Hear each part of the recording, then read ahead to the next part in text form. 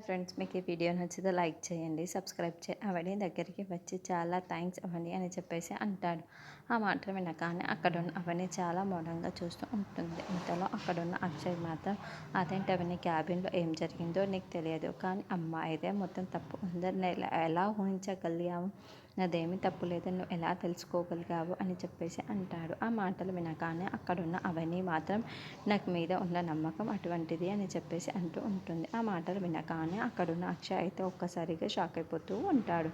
ఇంతలో అక్కడున్న అవని మాత్రం, అవునండి, మీ మీద నాకు చాలా ఎక్కువ నమ్మకమే ఉంది, కానీ నా మీద మీకు మాత్రం నమ్మకం లేకుండా పోయింది కదా అని చెప్పేసి అంటూ అక్కడ నుండి వెళ్ళిపోతూ ఉంటుంది. ఇంతలో అక్షయ్ వాళ్ళ ఇంటికి వచ్చి అవని కోసం బాగా ఆలోచిస్తూ ఉంటాడు. వాళ్ళ అమ్మ నాన్న తన దగ్గరికి వచ్చి, ఏంట్రా ఇలా ఉన్నావు అని చెప్పేసి అడుగుతూ ఉంటారు. ఆ మాటలు వినగానే అక్కడున్న అక్షయ్ మాత్రం, ఒక మనిషిలో రెండు కోణాలు ఉంటాయి అని ఎలా అనుకోగలం చెప్పండి అని చెప్పేసి అంటూ ఉంటాడు. ఆ మాటలు విని అర్థం కాక వాళ్ళ అమ్మ నాన్న అయితే, ఏంట్రా ఏం మాట్లాడుతున్నావు నువ్వు అని చెప్పేసి అడుగుతూ ఉంటారు. ఇంతలో అక్కడికి అక్షయ్ వెళ్ళిపోతూ ఉంటాడు. వెంటనే మళ్ళీ వెనక్కి తిరిగి వాళ్ళ అమ్మ దగ్గరికి వచ్చి, అమ్మ నేను ఒక విషయం అడగనా అని చెప్పేసి అంటూ ఉంటాడు. ఆ మాటలు వినగానే అక్కడున్న పార్వతి అయితే, ఏంట్రా అడుగు అని చెప్పేసి అంటూ ఉంటుంది. ఇంతలో అక్కడున్న అక్షయ్ మాత్రం, నిజంగా నిన్నే అవని తోసేసిందా పైనుండి అని చెప్పేసి అంటూ ఉంటాడు. ఆ మాటలు వినగానే అక్కడున్న పార్వతి, పల్లవి వాళ్ళ నాన్న ఒక్కసారిగా షాక్ అయిపోతూ ఉంటారు.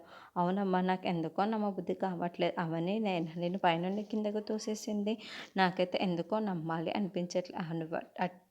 అవని ఎటువంటిదో మన అందరికీ తెలుసు కదా అని చెప్పేసి అంటారు. ఆ మాటలకి అక్కడున్న వాళ్ళందరూ ఒక్కసారిగా షాక్ అవుతారు.